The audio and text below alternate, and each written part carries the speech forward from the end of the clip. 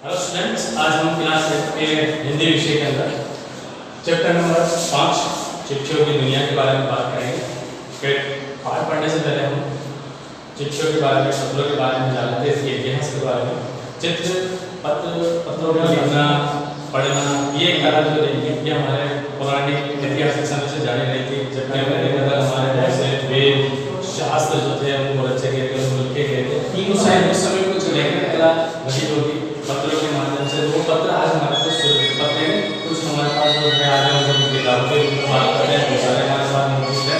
फिर आगे धीरे धीरे समय बढ़ता है तो हमें जैसे जैसे हमारी शिक्षा की जानकारी हो गई थी, लोग पढ़ने के लिखने के आगे हो चुके थे, तो उन्होंने अपने लोगों से बातचीत करने का माध्यम जो था पत्रों के माध्यम, पत्र के माध्यम से लोग अपने विचारों भावों को क्या करते थे, दूसरे लोगों तक पहुँचाने का तरीका थे। दूसरे हम बात करें कि पत्रों का और ज़्यादा महत्वपूर्णता कहाँ पर जाती है कि कुछ विभागों में जहाँ हमारी कुछ दिक्कतें होती है, हमें किसी से ऐसे लोगों से बात करनी होती है, तो उनका अच्छा उसके लिए माध्यम बनाते हैं वो पत्रों के जरिए हम अपनी भाव को, अपने सूचना को क्या करते हैं, पत्रों के माध्यम से लोगों तक पहुँचाने का काम करते हैं। आगे हम बात करें कि पत्रों का जो है केवल एक क्षेत्र विशेष में है, इसका पूरे समग्र विश्व में, देश में, और जैसे भारत है, खंड भारत है, विशाल भारत है, इसके साथ देखें यहाँ पे कई तरह की बोलियाँ, कई तरह की भाषाएं बोली जाती है। तो हम आगे बात करते हैं कि यहाँ भारत के अंदर पत्रों को अलग अलग भाषाओं में किन किन नामों से जाना गया है। तो देखते हैं उर्दू के अंदर से खत कहा जाता था, संस्कृत के अंदर उनको पत्र कहा जाता था, इसी तरह कन्नड़ में काव्य कहा जाता है, तेलुगु में उत्तरम या जापू कहा जाता है, तमिल में से कर्ड कहा जाता है। आगे हम बात करते हैं कि पत्र की दुनिया कोई छोटी नहीं, पत्र लिखना एक कला मानी जाती है। समझ देखिए कि आज हमें बात करने की, जैसे आज हमारे पास वर्तमान समय देखिए, आज हमारे पास टेक्नोलॉजी का ज़माना है। आज हमें लिखने से ज़्यादा क्या होता है कि हम कुछ भी टाइप करके लिख सकते हैं, ऐसे सीधे तरीके से बात कर सकते हैं, किसी भी आप फोन लगा के ईमेल के जरिए, कॉलिंग के जरिए, किसी भी तरीके से हम बातचीत कर सकते हैं। लेकिन वो एक तरीके से कला नहीं काम, अगला फोन जो है, जो भी जरिया जो इस्तेमाल करते हैं वो क्या करता है, आपका साधन बन जाता है, आपकी थोड़ी सी मेहनत काम हो जाए। लेकिन प्राचीन समय को लेकर जब हमारा लेखन ही माना जाता था, तो लेखन कला के जरिए हमने देखा था कि हम सब उसमें लिखने का तरीका हमारा उसमें काम होता है, लिखने की हमारी भाषा उसके अंदर झलकती थी। इसके साथ देखिए वो कला जो थी हमारे अंदर क्या थी कि हमारे किसी भी व्यक्ति विशेष को लिखते थे तो लिखने का तरीका, हमारा उसको संबोधन करके थे, ये सब बातें उसमें विशेष रखती थी। तो ये हमारी पत्रों की एक विशेषता मानी जाती है, जिसे हम आगे जाकर आगे धीरे धीरे देखते हैं।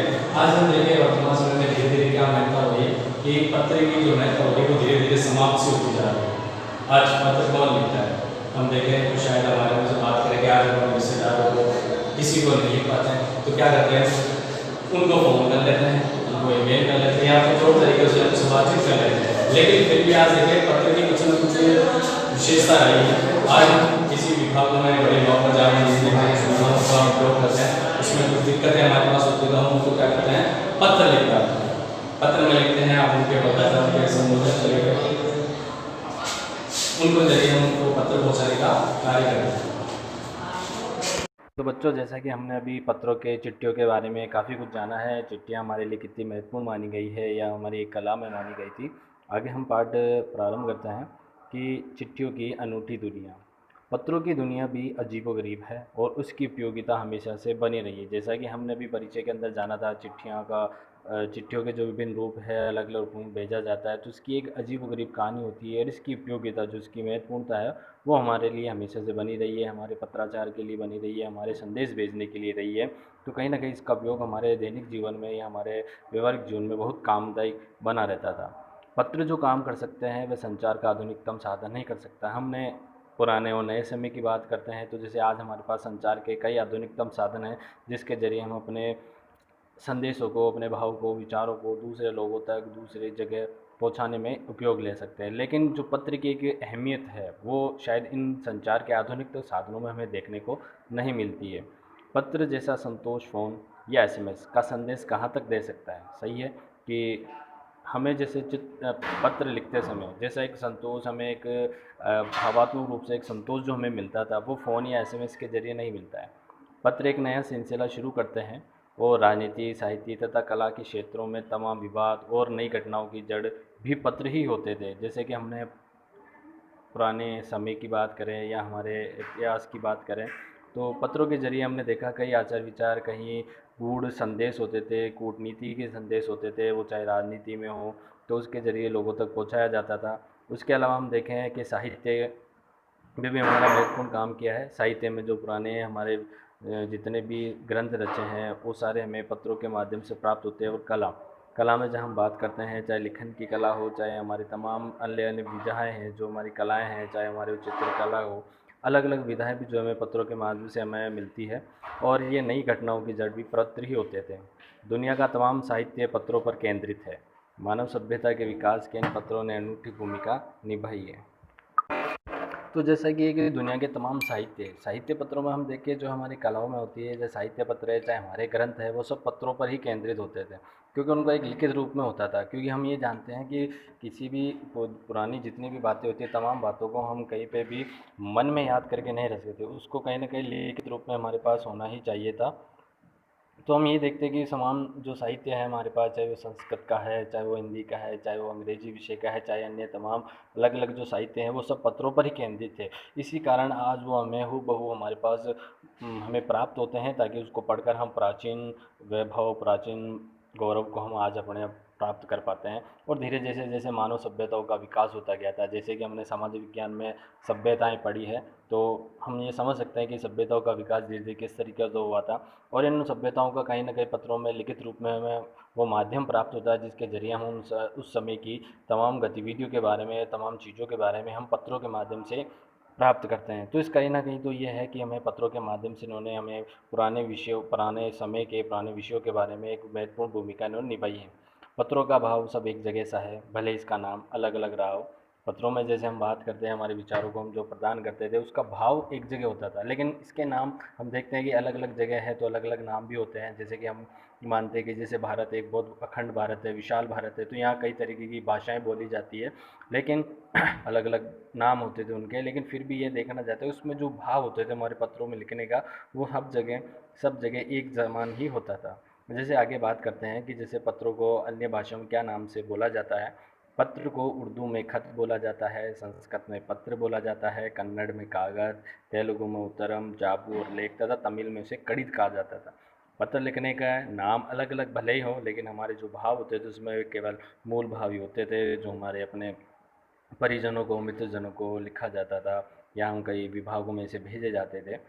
पत्र यादों को सहेज कर रखते हैं, इसमें किसी को कोई संदेह नहीं है। सही बात है कि पत्र जो होते हैं वो हमारी यादों को सहेज कर लिखते थे। आज हम किसी से संचार के आधुनिक साधनों से बातचीत करते हैं, तो क्या होता है, हमने बात करी, वो बात थोड़ी देर में हमारी यादों में रहती है, फिर कहीं ना कहीं वो मिट सी जाती है। लेकिन पत्र एक क्या होता था कि जब हम पत्र लिखा करते थे पुराने समय में, जैसे अभी तो हम पत्र का उपयोग बहुत कम करते हैं, लेकिन जो पुराने लोग हैं उनसे हम अगर बात करें तो वो बताएंगे कि जो पत्र लिखा करते थे, तो उनके कई, एक तो ये चीज़ थी कि हम रोज़ रोज़ वो पत्रों को लिख नहीं पाते थे, लेकिन जब भी हम पत्रों को लिखते थे तो उस समय क्या होता था, हम कई सारी यादें, कई सारी बातें, कई से हमारे भाव होते थे जो उन पत्रों को बड़े अच्छे ढंग से प्रस्तुत करते थे। आगे पत्र जो पढ़ता था, पत्र पढ़ने के बाद वो अपने भाव, आत्मीयता हमारे साथ रखता था, प्रस्तुत करता था। इसके बाद कभी भी हमारी याद होती थी, तो यादों के ज़रिए हम देखते थे कि उसको क्या करते हैं, दोबारा उस पत्र को पढ़ लिया जाता था। संचार के साधन में जो हमारे आधुनिक तक है, वो क्या हम ऐसी बात से कर सकते हैं? हमने जो बात कह दी है, हमारे जो विचार हमने उस समय कह दिए हैं, वो दोबारा हम याद नहीं कर सकते, क्योंकि हमारा मस्तिष्क इतनी बातों को याद नहीं रख पाता है। लेकिन पत्र जो होते थे वो लिखित माध्यम हमारे सामने होते थे, जब भी हम किसी कभी ज़रूरत होती थी तो हम उसे वापस पढ़ लिया करते थे। जैसे कि हम देखते हैं पुराने फिल्मों में, धारावाहिकों में हम चीज़ महसूस करते थे, जब पत्र का आदान प्रदान होता था तो किस तरह से अपनी बातों को, अपने यादों को उसमें से पत्रों के माध्यम से ढूंढते थे। फिल्मों में भी देखें तो कई सारे गाने इसी में बने हुए, चिट्ठी आई है।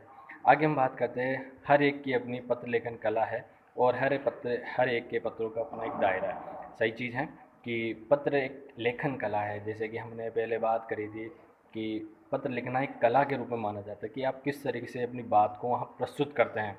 बोलकर तो अपने किसी भी तरह से हम अपनी बात को बता सकते हैं, लेकिन लिखते समय क्या होता था कि हम अपनी बात को लिखते समय उसे एक कला के रूप में प्रस्तुत करते थे। वहाँ पे आपकी लेखन भी काम में आती थी, वहाँ आपके विचारों की भी आती थी, वहाँ आप जिसे संबोधन कर रहे हैं वो भी आपके काम में आती थी। और हर एक पत्र जो होता है उसका एक दायरा होता है। अलग अलग पत्रों के बारे में बात करें तो थोड़ा सा हम जानते हैं इसके बारे में, कि जैसे हमारे कई सारे पत्र होते हैं, उनके बारे में बात करते हैं कि जैसे कई बधाई संदेश होते थे, कई धन्यवाद पत्र होते थे, कई शिकायत पत्र होते थे, कई शोक संदेश होते थे। तो उनका एक दायरा भी होता है क्या हर ज़रूरी नहीं कि जैसे हम अपने बधाई संदेश देते हैं या अपने आत्मीय प्रियजनों को जो संदेश भेजा जाता था कि वो उसमें केवल ये नहीं करता था कि हम कुछ शब्दों की सीमितता रखते थे, हम चाहते थे तो हम बहुत बड़ी बात भी कर सकते थे, लेकिन ये सारे पत्रों में लागू नहीं होता है। कुछ पत्रों में दायरा सीमित ही होता है, तो इसका एक दायरा भी रखा जाता है। दुनिया भर में रोज़ करोड़ों पत्र तम एक दूसरे को तराशते ठिकानों पर पहुंचते हैं। सही बात है। आज हम देखते हैं जो हमारे डाक विभाग है, जो हम डाक बाबू आते हैं, तो हमें कितने पत्र जो होते हैं हमारे एक जगह से दूसरी जगह तो पहुंचाते रहते हैं। आगे रोचक की बात करें तो भारत में रोज़ 4.5 करोड़ चिट्ठियाँ डाक में डाली जाती है, जो साबित करते हैं कि पत्र कितनी अहमियत रखते हैं। वाकई में काफ़ी बड़ा जो है इसका एक दायरा है कि 4.5 करोड़ चिट्ठियाँ रोज़ की, तो यानी कि आज भी पत्र उतनी ही अहमियता रख रहे हैं। इसके साथ ही एक चीज़ और का पता लगता है हमें कि विश्व में भारत ही ऐसा देश है जिसने अपनी प्राचीन कला यानी पत्र लेखन कला को आज तक जीवित बनाए रखा है, जो कि हमें ये आंकड़े जो हमारे सामने आए हैं इसी इससे ही हमें पता लगता है कि भारत ने प्राचीन कला को भी अपने साथ वर्तमान समय में भी टेक्नोलॉजी के समय में भी हमारे साथ बनाए रखा है। आगे हमारे जो भारत के प्रथम प्रधानमंत्री थे पंडित जवाहरलाल नेहरू ने सन 1953 में ही सही कहा था कि हजारों सालों तक संचार का साधन केवल हर कार्य रनर्स जिसे कहा जाता है या फिर तेज घोड़े जो रहे हैं, उसके बाद पहिए पर आए थे। सही है, जैसे हमारे सभ्यता का विकास है, चाहे हमारे वाहनों का, हम ये देखते हैं कि हमारे जो पहले साधन थे बैल घोड़े जो थे, उसके बाद धीरे धीरे देखा पहियों पर आने लगा, पर रेलवे और तार में भारी बदलाव आया है।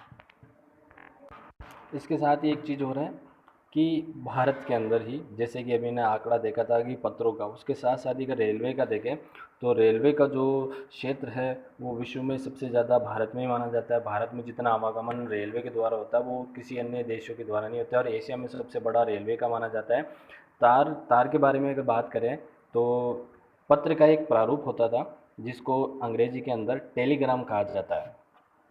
टेलीग्राम एक चीज़ होती थी कि उसके अंदर क्या होता था कि उसके अंदर बहुत कम शब्दों में अपनी बात को कहा जाता था, क्योंकि उस समय देखें कि जैसे चिट्ठियाँ होती है, पत्र होते हैं, उनको भेजने में कम से कम कितना दिन लगता है, जिसमें हम भेजें डाक विभाग से जाता है, फिर वो दूसरे अन्य केंद्रित होते हैं, फिर वहाँ से बड़े क्षेत्र से जाने के बाद वो धीरे धीरे लोगों तक पहुँचता था। लेकिन तार एक ऐसी सेवा थी जो बहुत ही जल्दी से भेजा जाता था, और ये केवल उन क्षेत्रों में या उस ज़रिए भेजा जाता है कि जहाँ पर काम बहुत जल्दी करना अनिवार्य होता था। तो इसके लिए आज हम देखें तारों की सेवा जो है काफ़ी बंद कर दी, क्योंकि शीघ्रतम तकनीक हमारे पास आ चुकी है। आज हमें किसी को भी संदेश देना हो तो हमारे संचार के आधुनिक साधन है कि हम तुरंत संदेश भेज सकते हैं। बाकी रेलवे जो हमारा चल रहा है, रेलवे का हम देखें तो काफ़ी बड़ा एक जो है इसका क्षेत्र बना हुआ है।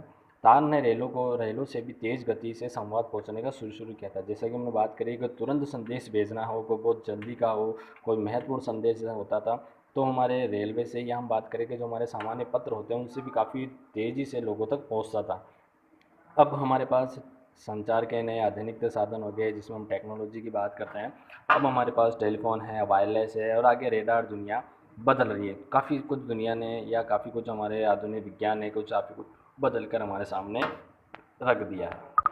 आगे बात करते हैं, पिछली शताब्दी में पत्र लेखन ने कला का रूप ले लिया है। कला का रूप तो पहले भी था, लेकिन आज ये कला के रूप में क्या हो चुका है इसके बारे में कि डाक व्यवस्था के सुधार के साथ पत्रों को सही दिशा देने के लिए प्रयास किए गए हैं। कि वाकई में अगर आज ये चीज़ अगर हम पत्र लिखना छोड़ रहे हैं या हमारे एक हाथ से, क्योंकि संचार के साधनों से हमने पत्रों को शायद लिखना छोड़ दिया है, तो पत्रों की महत्ता बनाने के लिए डाक व्यवस्था ने या डाक विभाग ने क्या प्रयास किए थे, पत्र संस्कृति विकसित करने के लिए स्कूली पाठ्यक्रमों में पत्र लेखन का विषय भी शामिल किया गया है।